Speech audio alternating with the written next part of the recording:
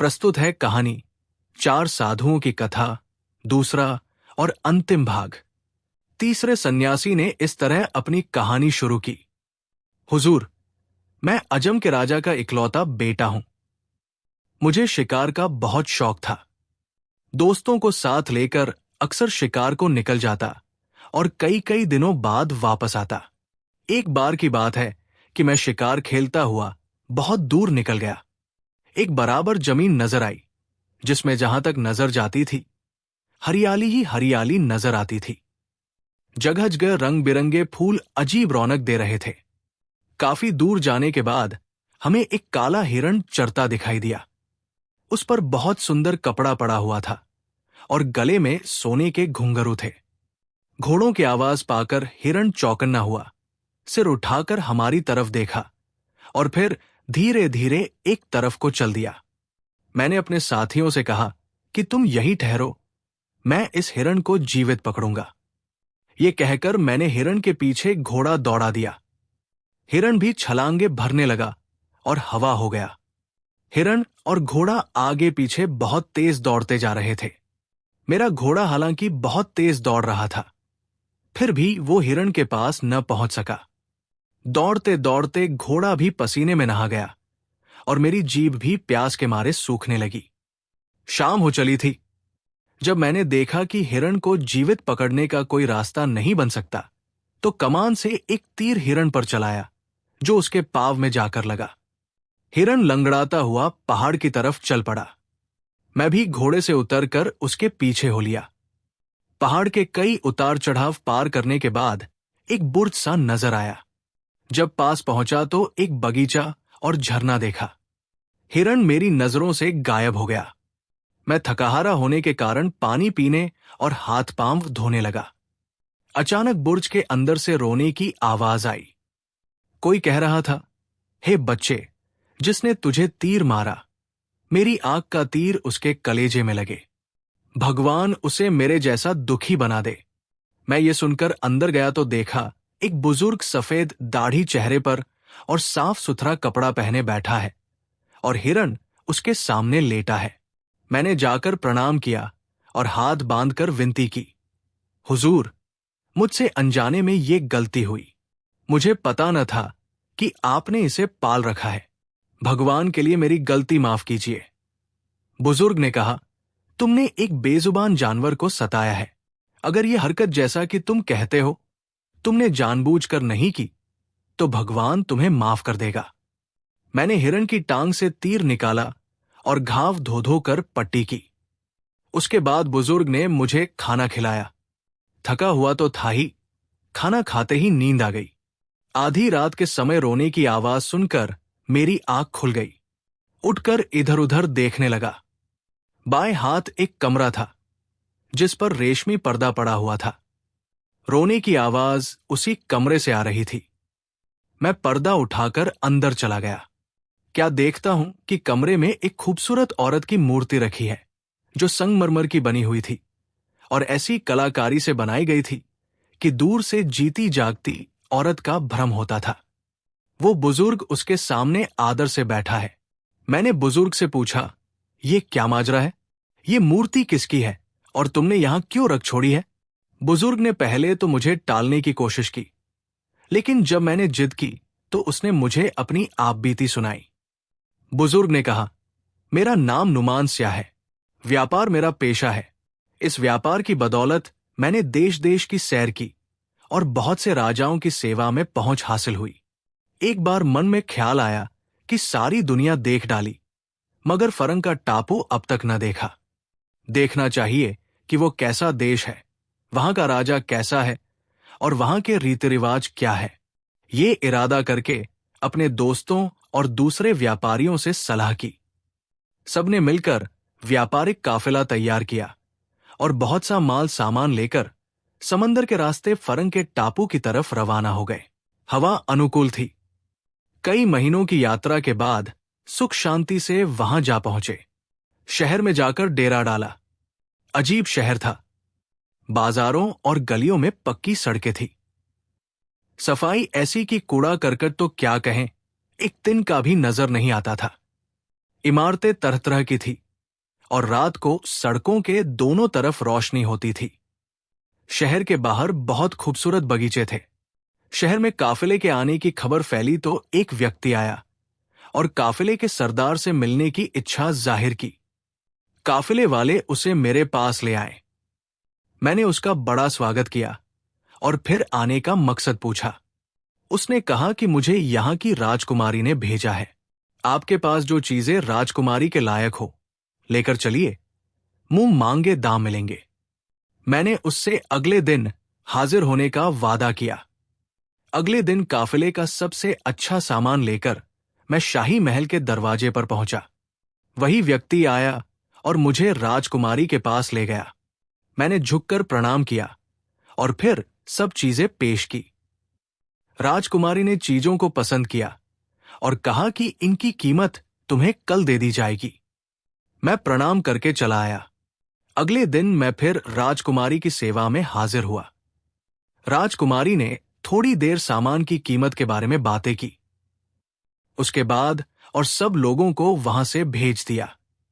जब सिर्फ मैं और राजकुमारी ही रह गए तो उसने कहा, तुमने अपने सामान की जो कीमत सूची में लिखी है, तुम्हें उसके अनुसार रकम मिल जाएगी, बल्कि और बहुत सा इनाम भी दिया जाएगा।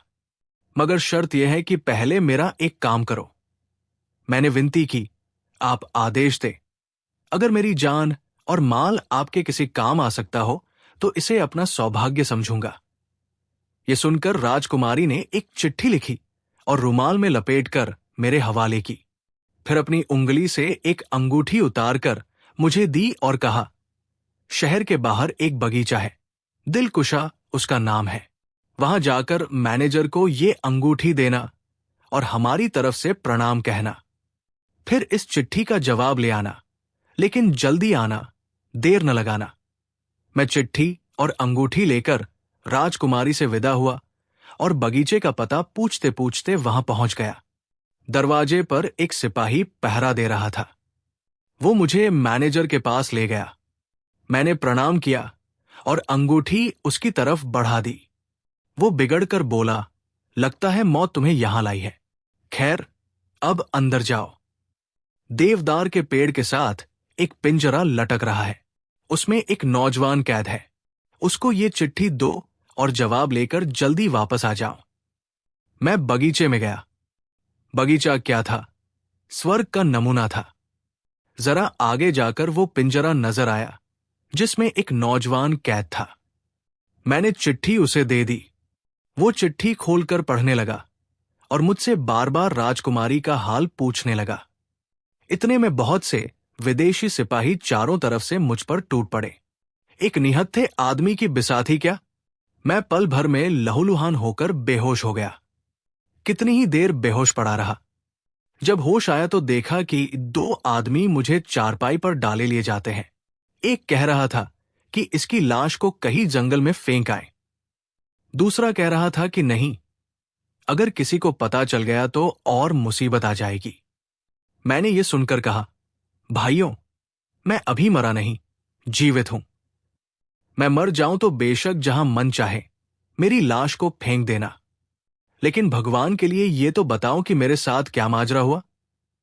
उनमें से एक ने कहा, तुम भी पूरे बेवकूफ हो। जब तुम्हें कुछ पता ही नहीं था तो यहां आए क्यों? खैर, अब सारी घटना सुनो। वो नौजवान जो बगीचे में कैद है, यहां के राजा का भतीजा है। पहले उसका पिता राजा था। मरते समय उसने अपने भाई को वसीयत की, अभी मेरा बेटा बहुत कम उम्र है। जब तक वो समझदार नहीं हो जाता, तुम शासन की बागडोर अपने हाथ में रखो। जब वो बड़ा हो जाए तो अपनी लड़की की शादी उससे कर देना और शासन उसे सौंप देना। बड़े भाई के बाद जब छोटे भाई ने सत्ता संभाली तो उसकी नीयत बिगड़ गई। उसने वसीयत पर अमल करने की बजाय अपने भतीजे को दीवाना और पागल बताकर पिंजरे में डाल दिया और चारों तरफ पहरा लगा दिया कि कोई उससे मिलने न पाए।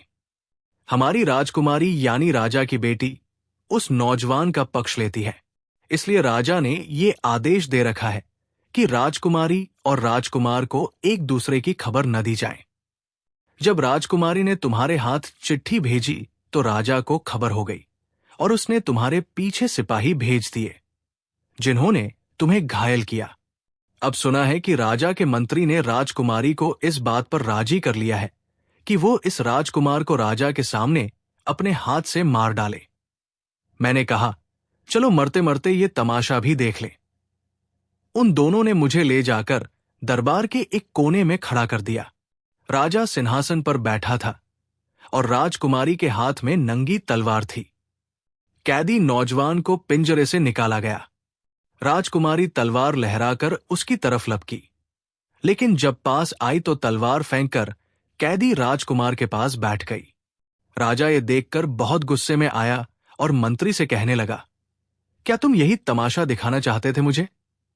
इस पर मंत्री के इशारे से सिपाही राजकुमारी को वापस महल में ले गए और मंत्री ने खुद तलवार उठाई कि राजकुमार का काम तमाम कर दे। अचानक एक तीर न जाने किस तरफ से आकर मंत्री की गर्दन में लगा और वो वही ढेर हो गया। राजा ये माजरा देखकर अपने महल में जा घुसा और सिपाही उस नौजवान को पिंजरे में डालकर फिर बगीचे में ले गए। मैं भी गिरता पड़ता वहां से निकला, लेकिन राजकुमारी को मेरा हाल पता चल चुका था। उसने आदमी भेजकर मुझे बुलवाया और डॉक्टर को बुलाकर मेरे घावों की पट्टी कराई। डॉक्टर ने राजकुमारी के आदेश के अनुसार 40 दिन मुझे अपने पास रखा और पूरी तरह ठीक हो जाने पर राजकुमारी के सामने पेश किया। राजकुमारी ने मुझे सामान की कीमत के अलावा और बहुत सा इनाम देकर वहां से विदा कर दिया। मैं उस टापू से रवाना होकर देश वापस हुआ। जब उस जगह पहुंचा तो ये दिल को बहुत पसंद आई। मैंने अपने साथियों और दूसरे व्यापारियों को देश भेज दिया और खुद यहां रहने के लिए ये छोटा सा मकान बना लिया। यहां राजकुमारी की मूर्ति बनवाकर रख ली है। जिंदगी कुछ गुजर गई है, जो बाकी है वो भी इसी तरह गुजर जाएगी। राजा साहब, नुमान यात्री की ये कहानी सुनकर मुझे भी उस टापू की राजकुमारी को देखने का शौक पैदा हुआ और मैं तुरंत ही उस टापू की तरफ रवाना हुआ। लंबे समय तक यात्रा करने के बाद आखिर मैं वहां पहुंचा। शहर में गया और गलियों में पागलों की तरह घूमने लगा। कोई ऐसा रास्ता नजर न आता था जिससे राजकुमारी तक पहुंच हो सके। एक दिन इसी तरह बाजार में घूम रहा था कि अचानक लोग इधर उधर भागने लगे। पल भर में भरा बाजार खाली हो गया। क्या देखता हूं कि एक व्यक्ति सिपाहियों जैसी वर्दी पहने, शरीर पर पूरे हथियार सजाए, तलवार लहराता चला आता है। उसके पीछे पीछे 2 दास एक ताबूत उठाए हुए थे। मैंने ये देखकर उसके पीछे जाने का इरादा किया। लोग मुझे मना करने लगे, लेकिन मैंने किसी की न सुनी और उस जवान के पीछे चलता गया। जब वो एक आलीशान मकान में घुसने लगा तो मुड़कर मेरी तरफ देखा। चाहता था कि तलवार का एक हाथ मारे और मेरी गर्दन उड़ा दे कि मैं उसके पांव पर गिर पड़ा। वो हैरान होकर कहने लगा कि तुम कौन हो और कहां से आए हो, जो इस तरह मौत को ढूंढते फिरते हो।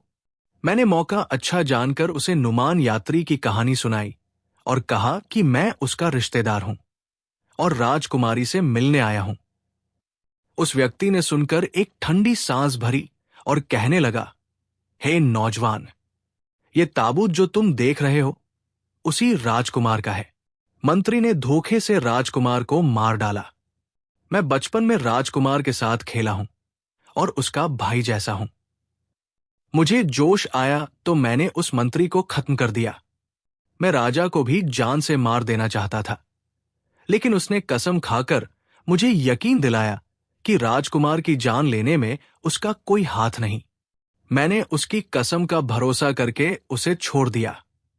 तब से मेरा काम यह है कि हर महीने की पहली तारीख को ये ताबूत लेकर शहर में निकलता हूं और अपने राजकुमार का दुख मनाता हूं।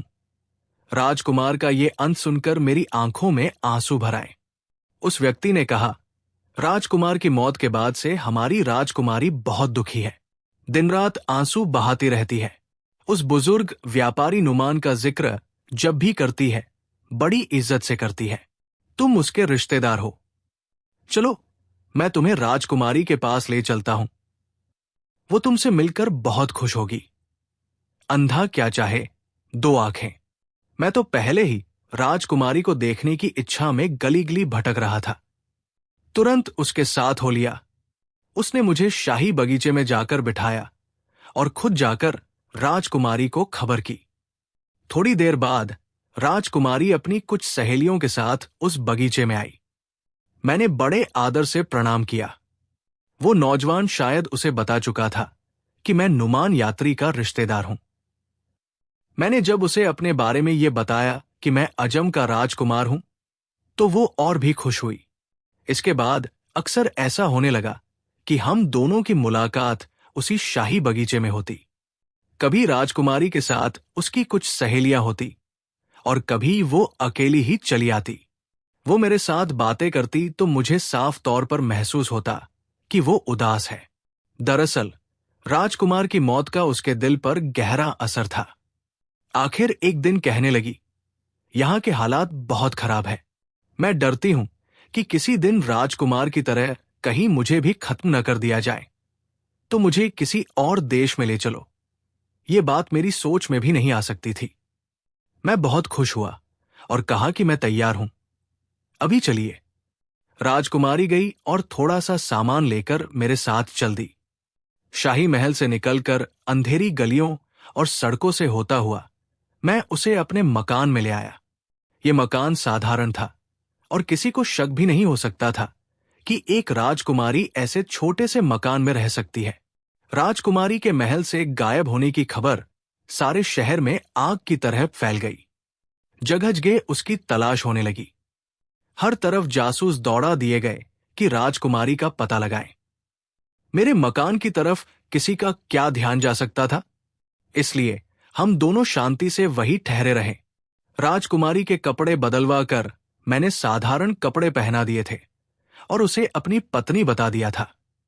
उसे पुराने कपड़े पहने देखकर किसी को ख्याल भी नहीं हो सकता था कि ये वही राजकुमारी है जिसको जासूस चारों तरफ खोज रहे हैं।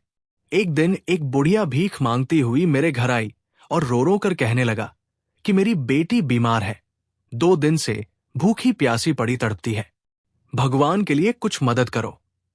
राजकुमारी ने दया खाकर 2-4 रोटियां उसे दी और फिर अपनी उंगली से अंगूठी निकालकर उसकी तरफ बढ़ा दी कि लो, इसे बेचकर अपनी जरूरत पूरी कर लेना। उस बुढ़िया ने अंगूठी देखी तो उसकी आंखें खुशी से चमकने लगी। वो दुआएं देती बाहर की तरफ चली, रोटियां तो दरवाजे पर ही फेंक दी और अंगूठी को मुट्ठी में दबा लिया। भगवान को मेरा और राजकुमारी का राज रखना मंजूर था। जैसे ही वो बुढ़िया बाहर निकली, उस मकान का मालिक बेजाद खान बाहर से घोड़े पर सवार आया। मैं अपना राज उसे बता चुका था और उसने भी मेरी हर तरह से मदद करने का वादा कर रखा था। उसने जब बुढ़िया को देखा तो तुरंत सारा मामला समझ गया कि ये राजा की जासूस है और राजकुमारी की तलाश में आई है। एकदम घोड़े से उतरकर बुढ़िया को गर्दन से पकड़ लिया और अंदर लाकर पेड़ से उल्टा लटकाकर मार डाला। उसकी मुट्ठी से अंगूठी निकालकर राजकुमारी को दी और हमें बुराबला कहने लगा कि तुम लोगों ने बड़ी नादानी से काम लिया। सोचो तो सही, राजा को खबर हो जाती तो तुम पर क्या मुसीबत आती। बेजाद खान की हिम्मत और बुद्धिमानी की वजह से हम मुसीबत में फंसने से बच गए। भगवान का लाख लाख धन्यवाद किया। उसके बाद कई महीनों तक हम उसी मकान में रहते रहे। किसी को कानों कान खबर न हुई कि राजकुमारी इस मकान में छुपी है। इतने समय में सारा मामला दब गया। जासूस और सिपाही थक हार कर बैठ गए। मुझे अब अपने देश की याद सताने लगी थी। मैंने देश जाने का इरादा किया। बेजाद खान भी साथ जाने के लिए तैयार हो गया। बेजाद खान ने मेरे लिए एक तुर्की घोड़े और राजकुमारी के लिए एक अच्छी घोड़ी का इंतजाम किया। वो खुद भी एक तेज घोड़े पर सवार हुआ। रात के समय हम शहर से रवाना हुए। रास्ते में कहीं किसी तरह की तकलीफ नहीं हुई। थोड़े समय में अपने देश की सीमा में जा पहुंचे। मैंने अपने सही सलामत वापस आने की सूचना अपने पिता राजा जंग की सेवा में भेजी। राजा और सब मंत्री बहुत खुश हुए और स्वागत के लिए नदी के किनारे आ जमा हुए। मैं, राजकुमारी और बेजाद खान नदी के इस किनारे पर थे। जब मैंने नदी के पार राजा की सवारी देखी तो प्यार के जोश में घोड़े को नदी में डाल दिया और किनारे पर जाकर सेवा में हाजिर हुआ। राजा ने मुझे अपने सीने से लगा लिया। मेरे घोड़े को नदी में घुसते देखकर राजकुमारी की घोड़ी ने भी पानी में कदम रख दिए। राजकुमारी ने लगाम खींची तो घोड़ी जोर से झटका खाकर पानी में कूद गई। राजकुमारी घोड़ी की पीठ से नदी में गिर गई। बेजाद खान ने जब ये देखा तो राजकुमारी को बचाने की खातिर खुद भी घोड़े के साथ नदी में छलांग लगा दी, लेकिन वो भी भंवर में फंसकर रह गया। उसने बहुत हाथ पांव मारे, लेकिन कुछ बस न चला और डूब गया। राजा ने जब ये माजरा देखा तो तुरंत बहुत से गोताखोर और तैराक बुलवाए। एक बड़ा सा जाल नदी में डलवाया। गोताखोरों ने सारी नदी छान मारी, लेकिन न राजकुमारी का कुछ पता चला और न बेजाद खान का। इस हादसे से मेरी अजीब हालत हो गई। पागलों की तरह घूमने लगा। अगर राजकुमारी कहीं गायब हो जाती या मर जाती तो दिल को तसल्ली होती। तलाश के लिए निकलता या सब्र कर लेता, लेकिन जब नजरों के सामने डूब गई तो कुछ बस न चला। आखिर यही मन में ठानी कि खुद भी इसी नदी में डूब जाऊं। एक रात यही इरादा करके नदी में घुसा। जब पानी गर्दन तक आया तो किसी ने मेरा हाथ पकड़ लिया। देखा तो वही हरे कपड़ों वाले बुजुर्ग थे। उन्होंने दिलासा दिया कि तसल्ली रख, राजकुमारी और बेजाद खान दोनों जीवित हैं। तू अपनी जान बेकार क्यों खोता है? अब तू रूम की तरफ जा। 2 सन्यासी और भी वहां पहुंच गए हैं। जब तू उनसे मिलेगा तो अपनी इच्छा पूरी करेगा। सो हुजूर, मैं उस बुजुर्ग के आदेश के अनुसार यहां पहुंचा हूं। अब देखे कब इच्छा पूरी होती है। अब चौथे सन्यासी की बारी थी। उसने अपनी कहानी इस तरह सुनाई। हुजूर, मैं चीन के राजा का बेटा हूं। बड़े लाड और ऐश से परवरिश पाई। अभी छोटा सा ही था कि मेरे पिता का देहांत हुआ। मरते समय उन्होंने अपने छोटे भाई यानी मेरे चाचा को बुलाकर वसीयत की कि जब तक राजकुमार जवान न हो, शासन का इंतजाम तुम करना। उसके बाद उसे सिंहासन पर बिठा देना और अपनी बेटी रोशन अख्तर से इसकी शादी कर देना। मेरे पिता तो ये वसीयत करके दुनिया से चले गए और शासन मेरे चाचा ने संभाल लिया। मेरे लिए आदेश हुआ कि महल के जनाना हिस्से में रहा करूं और जब तक बड़ा न हो जाऊं, महल से बाहर न निकलूं।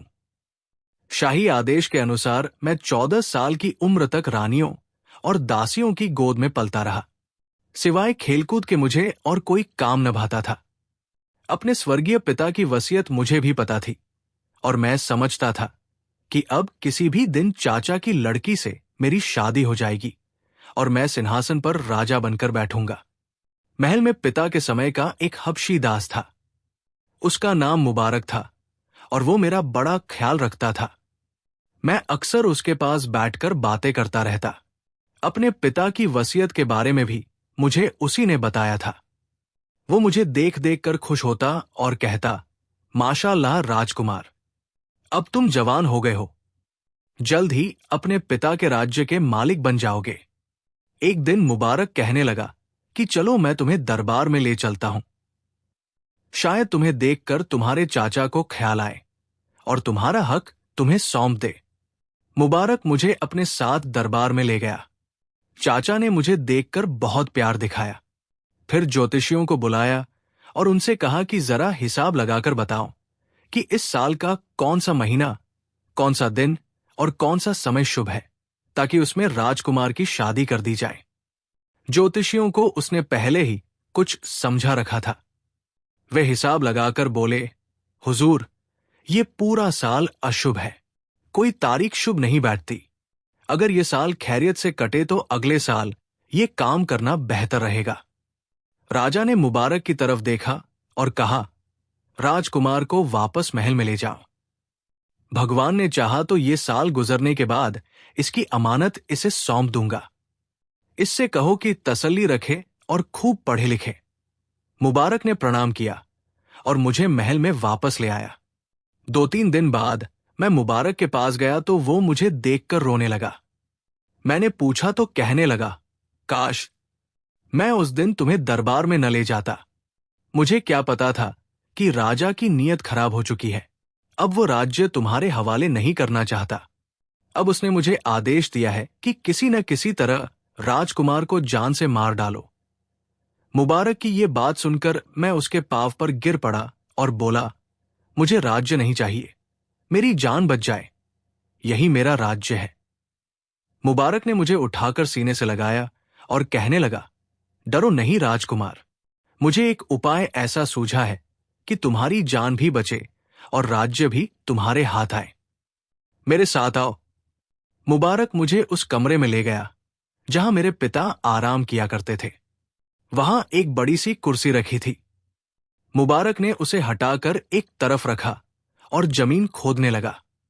खोदते खोदते एक खिड़की नजर आई जिसमें ताला लगा हुआ था।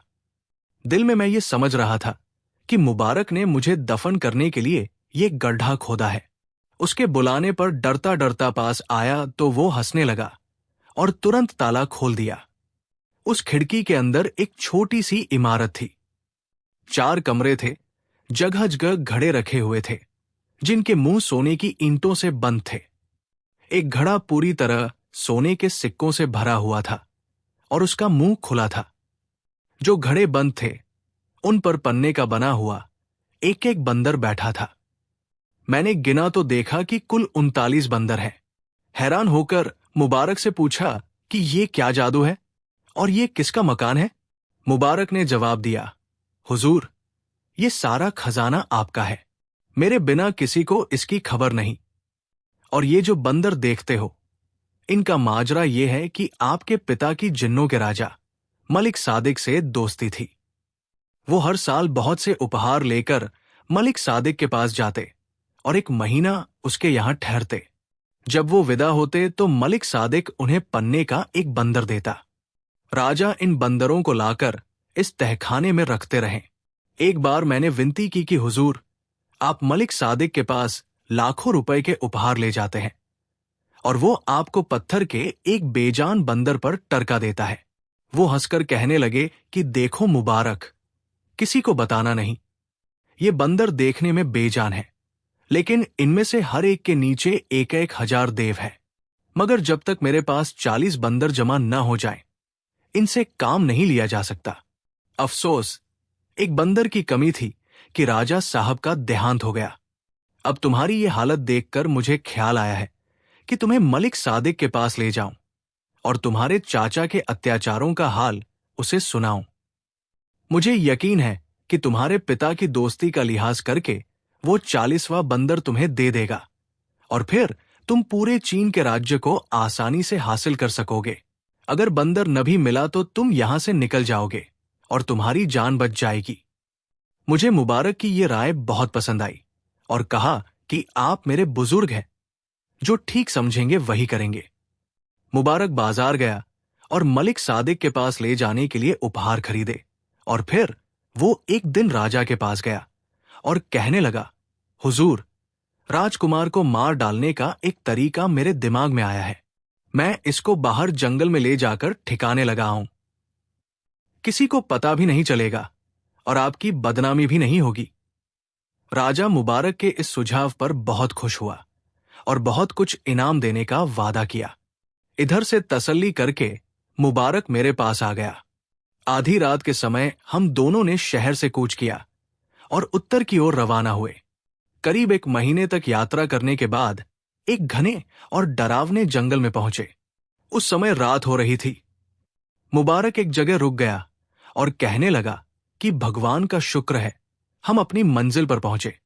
मैं हैरान होकर इधर उधर देखने लगा, लेकिन मुझे पेड़ों के अलावा और कुछ नजर नहीं आ रहा था। मुबारक ने तुरंत सुलेमानी काजल की एक एक सलाई मेरी आंखों में लगा दी। काजल लगाने की देर थी कि मुझे जिन्नों की सेना दिखाई देने लगी। वे मुबारक को पहचान कर उसके गले मिले और हम दोनों को अपने साथ ले चले। थोड़ी ही देर में हम मलिक सादिक के दरबार में थे। वो एक ऊंचे सिंहासन पर बड़ा सा ताज पहने बैठा था। चारों ओर हजारों जिन्न मौजूद थे। हम दोनों ने जाकर प्रणाम किया। मुबारक ने उपहार पेश किए और फिर मेरा सारा हाल कह सुनाया।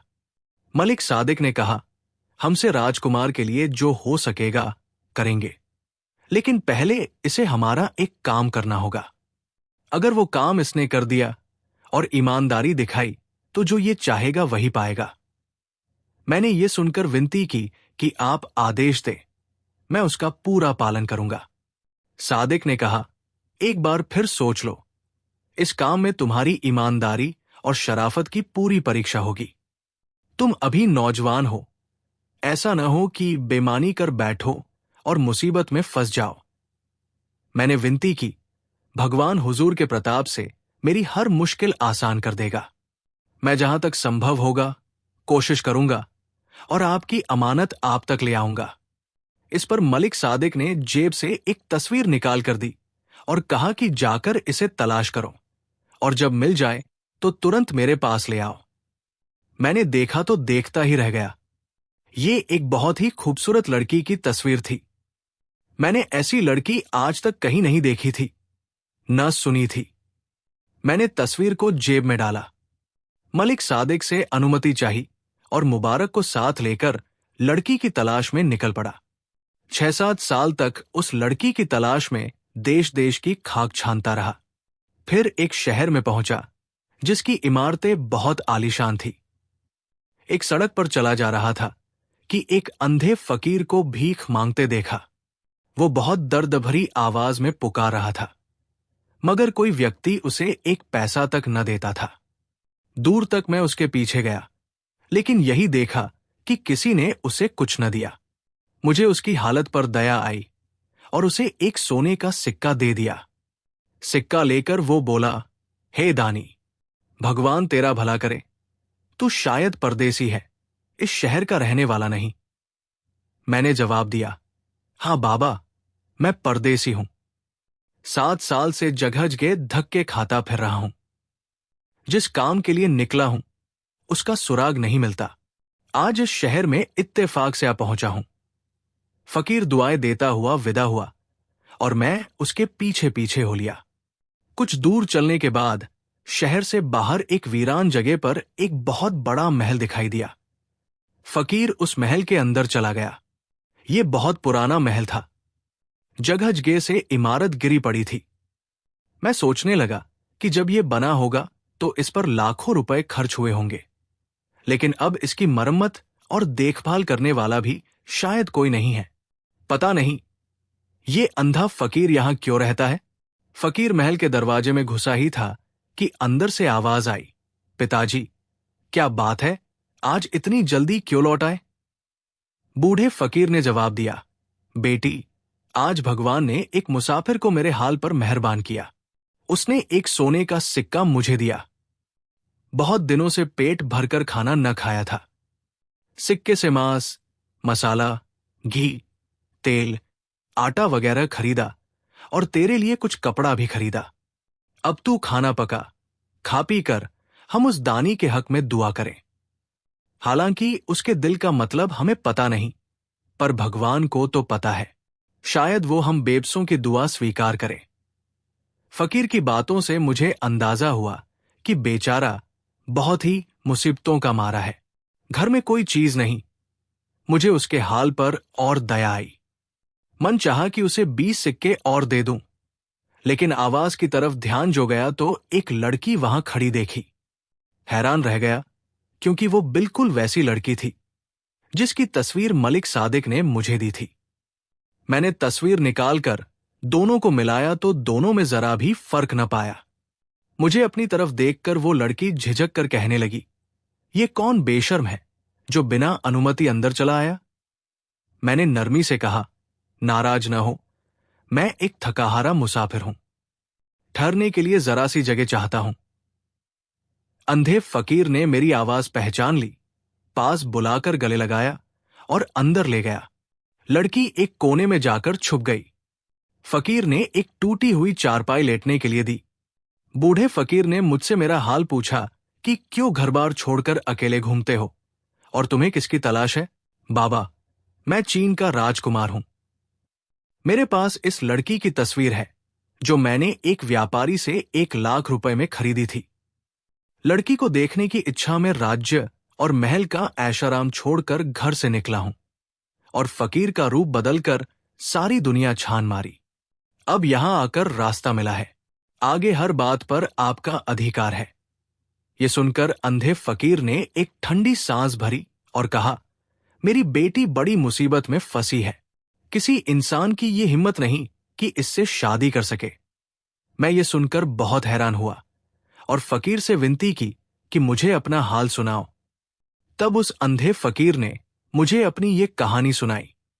अंधे फकीर ने कहा, हे राजकुमार, मैं इसी अभागे शहर का रहने वाला हूं। मेरी गिनती यहां के बड़े बड़े रईसों में होती थी। मेरे बुजुर्ग बहुत नामी और ऊंचे खानदान के थे। भगवान ने मुझे ये बेटी दी।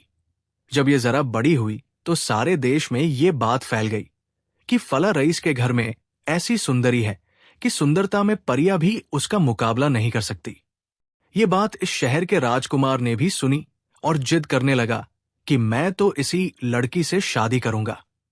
जब राजा को पता चला तो उसने मुझे बुलाया और शादी का संदेश दिया। मेरी इससे बड़ी खुशकिस्मती क्या हो सकती थी कि राजा का बेटा मेरा दामाद बने और मेरी बेटी रानी बन जाए। मैंने अपनी सहमति दे दी। चुनैचा एक दिन बड़ी धूमधाम से दोनों की शादी कर दी गई। मेरी बेटी दुल्हन बनकर शाही महल में चली गई। लेकिन जब राजकुमार अपनी दुल्हन को देखने गया तो कमरे में बहुत शोर शराबा हुआ, जिससे बाहर जो पहरेदार थे वे बहुत हैरान हुए। कमरे का दरवाजा बंद था, खोलना चाहा तो खुला नहीं। आखिर बड़ी मुश्किल से दरवाजा तोड़कर अंदर घुसे तो देखा कि राजकुमार का सिर धड़ से अलग पड़ा है। लाश खून में लथपथ तड़प रही है। दुल्हन के मुंह से झाग निकल रहे हैं और वो पागलों की तरह जमीन पर लौट रही है। ये कयामत देखकर सबके होश उड़ गए। राजा को खबर हुई तो सिर पीटता हुआ दौड़ा आया। सब अमीर मंत्री जमा हो गए और किसी की बुद्धि काम नहीं करती थी। राजा बड़ी नफरत से दुल्हन की तरफ देख रहा था। गुस्से में आकर कहने लगा, इसे भी जान से मार डालो। ये सब इसकी करतूत है। राजा का ये कहना था कि फिर वैसा ही शोर शराबा हुआ। राजा डरा और वहां से भाग निकला। मंत्रियों ने भी भागने में ही भलाई समझी। आखिर राजा ने आदेश दिया कि दुल्हन को महल से निकाल दिया जाए। इस पर महल की कुछ दासियां लड़की को वापस मेरे घर छोड़ आई। इस अजीबोगरीब घटना की चर्चा दूर दूर तक हुई। जिसने सुना हैरान रह गया। राजकुमार के मारे जाने की वजह से राजा मेरे खून का प्यासा हो गया था। उसके पक्ष में यहां के सब अमीर, मंत्री और शहर वाले भी मेरे दुश्मन हो गए। राजकुमार के अंतिम संस्कारों से खाली होकर राजा ने अपने मंत्रियों को जमा किया और पूछा कि अब क्या करना चाहिए। वे तो पहले ही मेरी जान के पीछे पड़े थे। कहने लगे लड़की और उसके पिता को मरवा डालें और उनका घर-बार सब जब्त कर लें। राजा को यह राय पसंद आई। तुरंत पुलिस अधिकारी को आदेश दिया। वो बहुत से सिपाही ले आया और मेरी हवेली को चारों तरफ से घेर लिया। अभी सिपाही अंदर घुसने न पाए थे कि अचानक हवा से ईंट पत्थर उन पर इतनी जोर से बरसने लगे कि वे जान बचाने के लिए इधर उधर भाग खड़े हुए। इसके साथ ही एक डरावनी आवाज आई जो राजा ने महल में अपने कानों से सुनी। क्यों तेरी शामत आई है? भला चाहता है तो आगे से इस लड़की के साथ कोई ज्यादती न करना, वरना जो तेरे बेटे का हाल हुआ वही तेरा होगा। राजा पर ऐसा डर बैठ गया कि वो बीमार पड़ गया। उसी समय आदेश हुआ कि दोनों बाप बेटी को हवेली में पड़ा रहने दो और उनसे कोई मतलब न रखो। उस दिन से ये हाल है कि शहर के लोग भी मुझसे नफरत करते हैं। किसी को अब तक इस मामले की असलियत पता नहीं चल सकी।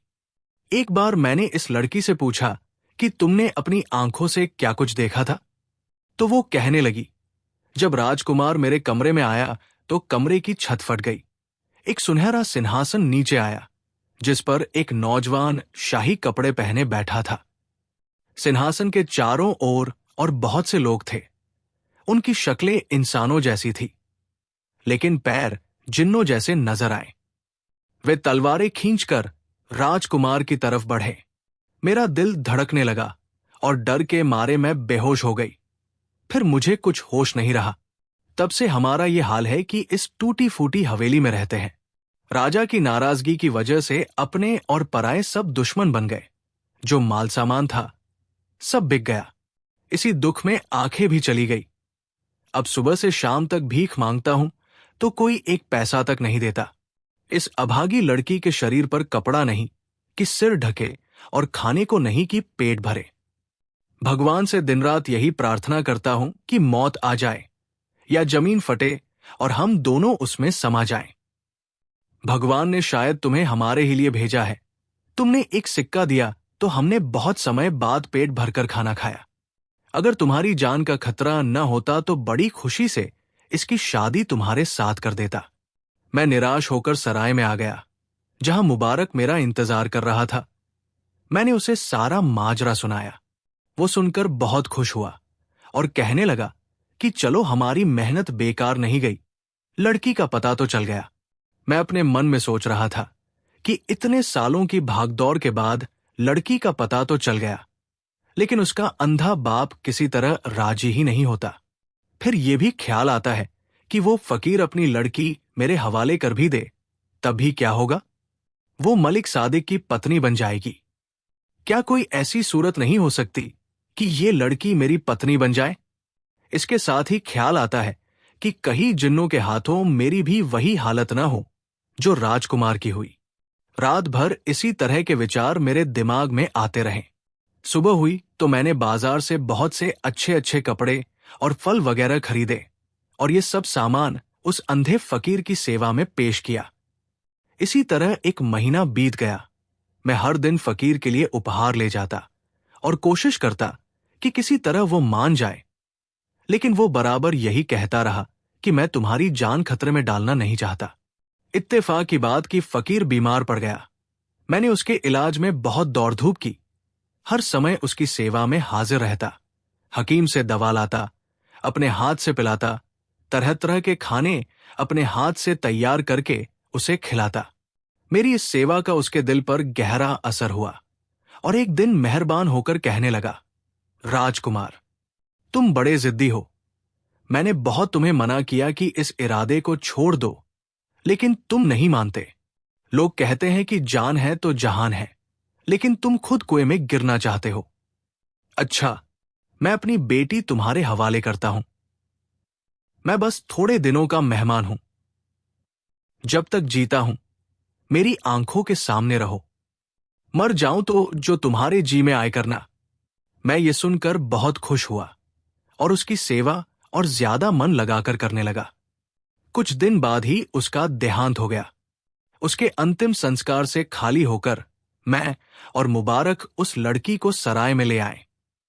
मैं अब जल्द से जल्द उस लड़की से शादी करना चाहता था, लेकिन मुबारक बार बार मुझे रोकता था कि सावधान, ऐसा इरादा कभी मत करना। ये लड़की मलिक सादिक की अमानत है।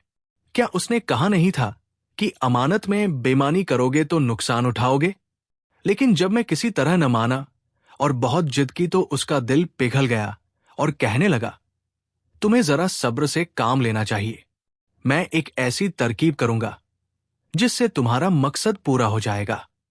मैं इस लड़की के शरीर पर एक तेल लगा दूंगा जिससे उसके शरीर से बदबू आने लगेगी। मुझे उम्मीद है कि इस तरह मलिक सादिक ये लड़की तुम्हें ही दे देगा। मुबारक की ये योजना सुनकर मैं खुश हो गया। हम घोड़ों पर सवार होकर वहां से चल दिए और कई महीनों बाद मलिक सादिक के देश की सीमा पर पहुंच गए। यहां जिन्नों की सेना हमारे स्वागत के लिए मौजूद थी। एक मोतियों जड़ी पालकी लड़की के लिए आई थी। मुबारक ने वो तेल लड़की के शरीर पर लगाकर उसे पालकी में बिठा दिया। जब हम मलिक सादिक के दरबार में पहुंचे तो वो बहुत खुश हुआ।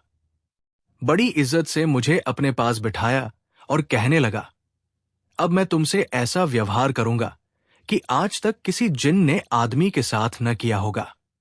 तुम्हारे पिता का राज्य तो तुम्हें मिल ही जाएगा, लेकिन आज से तुम मेरे बेटे की तरह हो।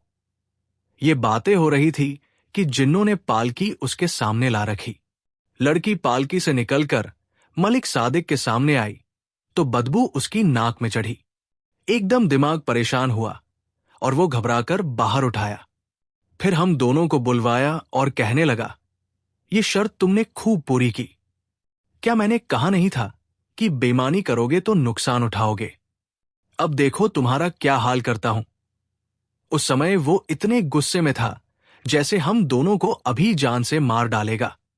मेरी तरफ तो वो बहुत ही गुस्से भरी नजरों से देख रहा था। मैंने भी सोचा कि अगर मौत ही आई है तो क्यों न इसे मारकर मरूं। ये सोचकर मुबारक की कमर से खंजर खींचकर उसके पेट में घूम दिया। खंजर लगते ही मलिक सादिक चकराकर जमीन पर गिर पड़ा। मैं खुश हुआ कि मेरे एक ही वार ने उसका काम तमाम कर दिया। लेकिन देखते ही देखते वो जमीन पर लोटपोट होकर उठा और गेंद की तरह बनकर आसमान की तरफ उड़ गया। इतना ऊंचा गया कि आखिर नजरों से गायब हो गया। उसे अभी गायब हुए एक पल भी न हुआ था कि वो बिजली की तरह कड़कता और गुस्से में न जाने क्या कुछ बकता हुआ नीचे आया। आते ही एक लात मेरे इतनी जोर से मारी कि मैं लड़खड़ाकर चारों खाने चित गिर पड़ा और बेहोश हो गया। भगवान जाने कितनी देर बाद मुझे होश आया।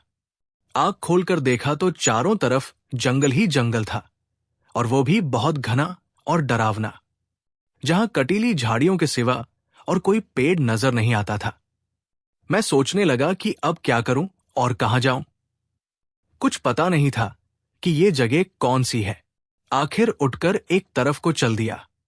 जब जंगल से निकलकर आबादी की शक्ल नजर आई तो जो व्यक्ति मिलता उससे मलिक सादिक का पता पूछता। लोग मुझे पागल समझते और जवाब देते, हमने तो उसका नाम भी नहीं सुना। इस हालत में पागलों की तरह न जाने कहां कहां भटका। आखिर इस दुख भरी जिंदगी से तंग आकर इरादा किया कि अपनी जान खत्म कर लूं। वो लड़की मिले या न मिले, इस मुसीबत से तो जान छूट जाएगी। एक दिन ये इरादा करके एक पहाड़ की चोटी पर चढ़ गया। नीचे छलांग लगाना ही चाहता था कि किसी ने मेरा हाथ पकड़ लिया। देखा तो वही हरे कपड़ों वाले बुजुर्ग थे। उन्होंने कहा, क्यों तू अपनी जान खोता है? आदमी पर सुख दुख सब आता है। अब तेरे बुरे दिन गए और अच्छे दिन आए। जल्द रूम की तरफ जा। 3 सन्यासी तुझसे पहले वहां गए हैं। उनसे मुलाकात कर और वहां के राजा से मिल। तुम पांचों का मतलब एक ही जगह पूरा होगा। सो हुजूर, ये मेरी कहानी है। बुजुर्ग ने रूम जाने का हुक्म दिया था, सो मैं यहां आ गया। तीनों सन्यासी भी मिले और हुजूर के दर्शन भी हो गए। अब जरूरी है कि बुजुर्ग के कहने के अनुसार हम पांचों की मुराद पूरी हो। चौथा सन्यासी राजा आजाद बख्त को अपनी कहानी सुनाकर अभी दम भी न ले पाया था कि एक सेवक दौड़ता हुआ आया और राजा को बेटा होने की खुशखबरी सुनाई। राजा खुशी से फूला न समाया। सन्यासियों ने बधाई दी। राजा ने कहा कि भाई, ये सब तुम सन्यासियों के आने का असर है, वरना मैं तो बेटे की उम्मीद छोड़ चुका था। फिर आजाद बख्त उठकर महल में गया। राजकुमार को देखा और उसे गोद में लेकर भगवान का धन्यवाद किया। फिर उसी तरह सीने से लगाए सन्यासियों के पास आया और राजकुमार को उनके कदमों में डाल दिया। सन्यासियों ने दुआएं दी और नजर से बचाने के लिए प्रार्थना की। राजा ने उत्सव की तैयारी की। खजानों के मुंह खोल दिए। इनाम से जो एक पैसे का मोहताज था उसे अमीर कर दिया। दरबार के अमीरों और मंत्रियों की जमीनें और पद दोगुना बढ़ा दिए।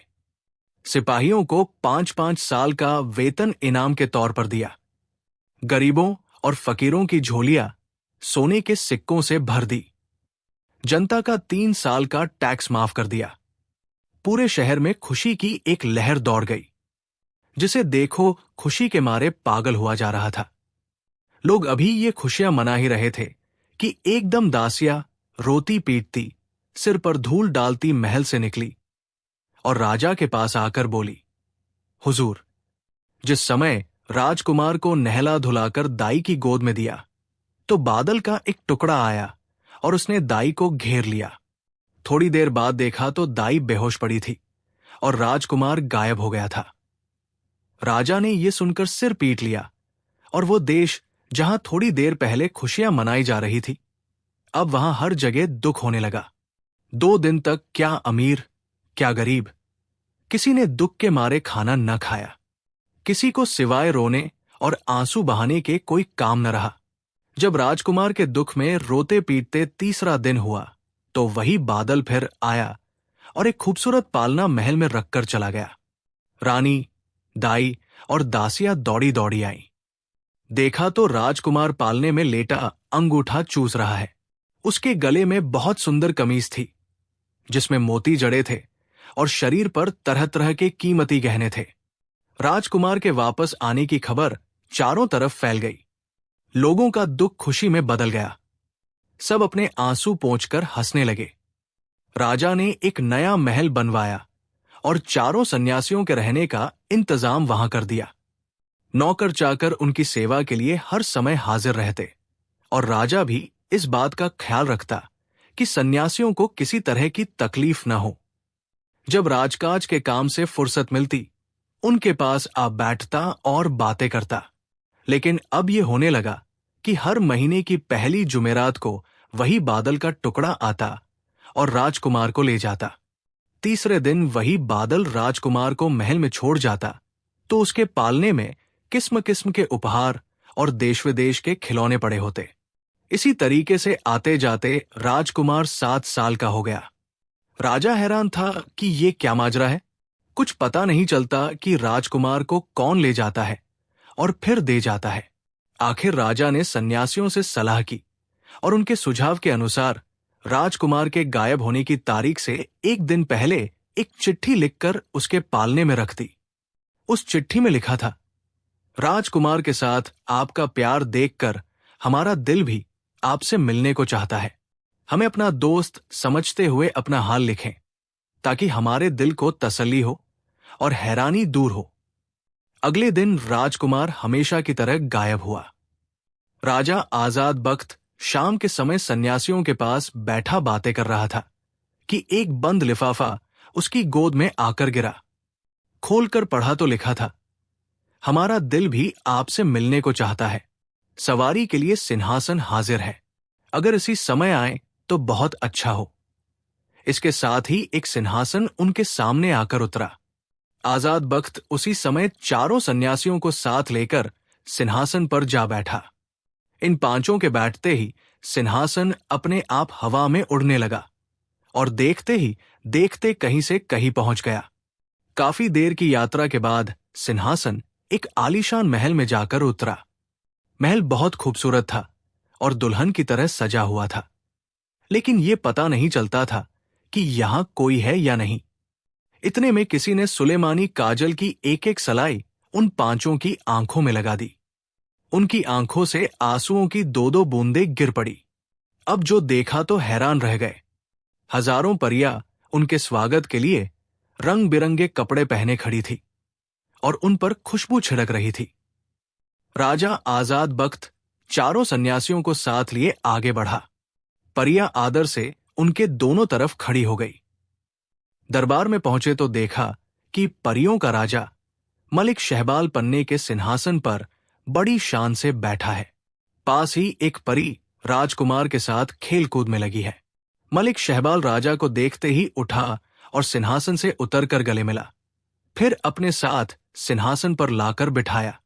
सन्यासियों को भी आदर के साथ एक तरफ जगह दी। राजा आजाद बख्त ने अपना हाल कहने से पहले मलिक शहबाल को चारों सन्यासियों की कहानी सुनाई और उनकी मदद करने की विनती की। इन्होंने बहुत मेहनत और मुसीबत झेली है। अब आपकी दया से अगर इन्हें अपना अपना लक्ष्य मिल जाए तो आपको पुण्य होगा और मैं भी जीवन भर आपका आभारी रहूंगा। मलिक शहबाल ने उसी समय दुनिया के अलग अलग हिस्सों के बड़े बड़े जिन्नों के सरदारों और राजाओं के नाम आदेश जारी किया कि तुरंत हमारे दरबार में हाजिर हों और उनकी कैद में जो मनुष्य जाति का पुरुष या स्त्री हो उसे अपने साथ लेते आएं। अगर कोई नहीं आएगा या अपने कैदी को छुपा कर रखेगा तो उसका और उसके परिवार का नाम निशान तक मिटा दिया जाएगा। मलिक शहबाल का ये आदेश लेकर देव और जिन्न चारों तरफ फैल गए। इस इंतजाम के बाद मलिक शहबाल और राजा आजाद बख्त में बातचीत होने लगी। मलिक शहबाल ने कहा, भाई आजाद बख्त, बड़ी मन्नत और प्रार्थनाओं के बाद भगवान ने तुम्हें एक बेटा दिया है। मैंने ये कसम खाई थी कि इसकी शादी इंसानों के किसी राजा के लड़के से करूंगा। दुनिया भर के राजकुमारों में से एक यही राजकुमार मुझे पसंद आया। मैं उसे अपने बेटे की तरह चाहता हूं। मन नहीं चाहता कि उसे एक पल भी नजरों के सामने से दूर होने दूं, लेकिन इस ख्याल से भेज देता हूं कि इसके माता पिता नहीं देखेंगे तो उनका क्या हाल होगा। महीने में एक बार राजकुमार को यहां बुला लेता हूं और आपकी परेशानी के ख्याल से तीसरे ही दिन वापस कर देता हूं। शुक्र है, अब हमारी और आपकी मुलाकात भी हुई। जिंदगी का क्या भरोसा। मन चाहता है कि जीते जी इनके सिरों पर सेहरा तो देख लूं। राजा आजाद बख्त ये सुनकर बहुत खुश हुआ और कहने लगा, ये बेटा आप ही का है। जैसी आपकी खुशी वैसी हमारी खुशी। कुछ दिन बाद ही वे जिन्न सरदार और राजा, जिनके नाम आदेश गए थे, मलिक शहबाल के दरबार में हाजिर हुए।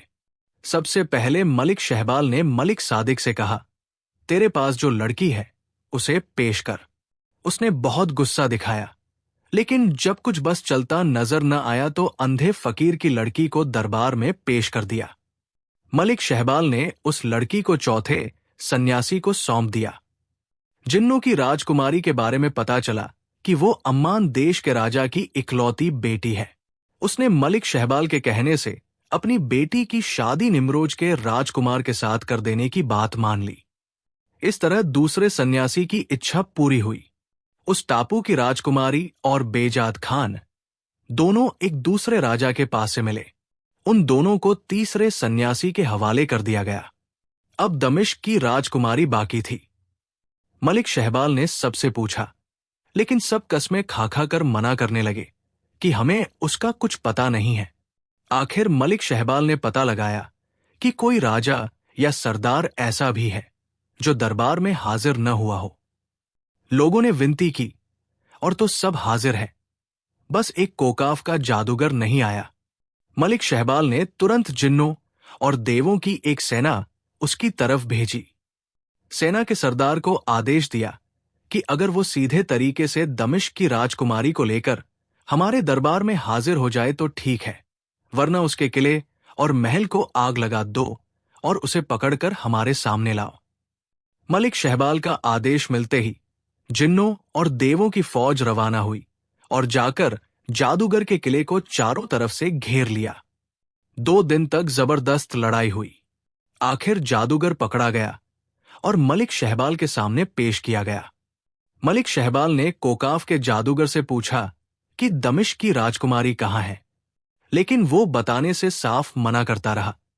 मलिक शहबाल ने गुस्से में आकर आदेश दिया कि इस अपराधी की खाल खींचकर शरीर के टुकड़े टुकड़े कर दिए जाएं और एक सेना कोकाफ में जाकर राजकुमारी को खोजे। जिन्नों और परियों की सेना दमिश्क की राजकुमारी की तलाश में निकली और कई दिन बाद राजकुमारी को एक टापू से खोजकर मलिक शहबाल के दरबार में ले आई। मलिक शहबाल ने उसे पहले सन्यासी को सौंपा। चारों सन्यासी मलिक शहबाल का न्याय देखकर बहुत खुश हुए और उसे दुआएं देने लगे। राजा आजाद बख्त भी बहुत खुश था कि ये बेचारे जो एक लंबे समय से दुख उठाते थे, आखिर अपने अपने मकसद में सफल हो गए। फिर एक दिन मलिक शहबाल ने अपनी बेटी का रिश्ता राजा आजाद बख्त के बेटे से तय कर दिया। इस तरह सब खुश और सफल होकर मलिक शहबाल को दुआएं देते हुए रूम वापस आए। राजा आजाद बख्त ने सन्यासियों को कुछ दिन अपने यहां मेहमान रखा। उसके बाद सब अपने अपने देश वापस चले गए, लेकिन यमन के व्यापारी और बेजाद खान ने वापस देश जाना पसंद नहीं किया। वे राजा आजाद बख्त के पास ही रहे। राजा ने दोनों को अपने दरबार में ऊंचे पद दे दिए और वे जब तक जीवित रहे ऐश और आराम से जिंदगी बिताते रहे।